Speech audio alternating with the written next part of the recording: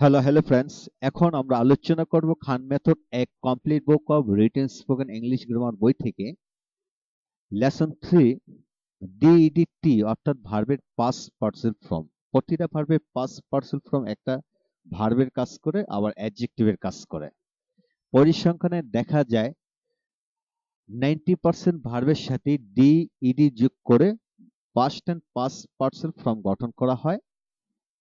আর 5% হলো টি দিয়ে, আর বাকি 5% হচ্ছে ব্যতিক্রম ধর্মী, যেমন শব্দের শেষে এন ইএন বা ভিতরের শব্দ চেঞ্জ করে করতে হয়, যেমন do, did, done, see, saw, scene.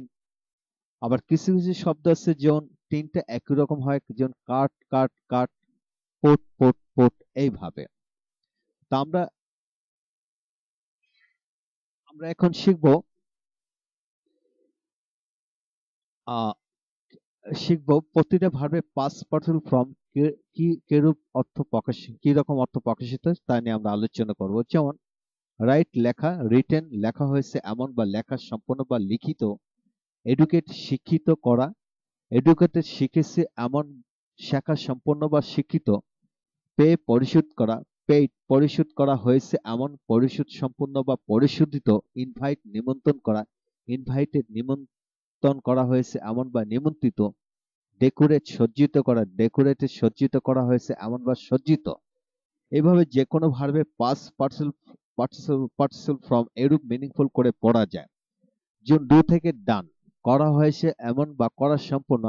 Play থেকে প্লেট, খেলা সম্পন্ন, খেলা হয়েছে এমন বা খেলা সম্পূর্ণ। অবিট থেকে অবিট, মান্য করা হয়েছে এমন। লার্ন থেকে লার্নেড, শিক্ষিত। অ্যাকসেপ্ট থেকে অ্যাকসেপ্টেড, গ্রহণ করা হয়েছে এমন। স্পিক থেকে স্পোকেন। কুক থেকে কুকড, ক্লিন থেকে ক্লিনড, সেল সোল্ড, বিকৃত।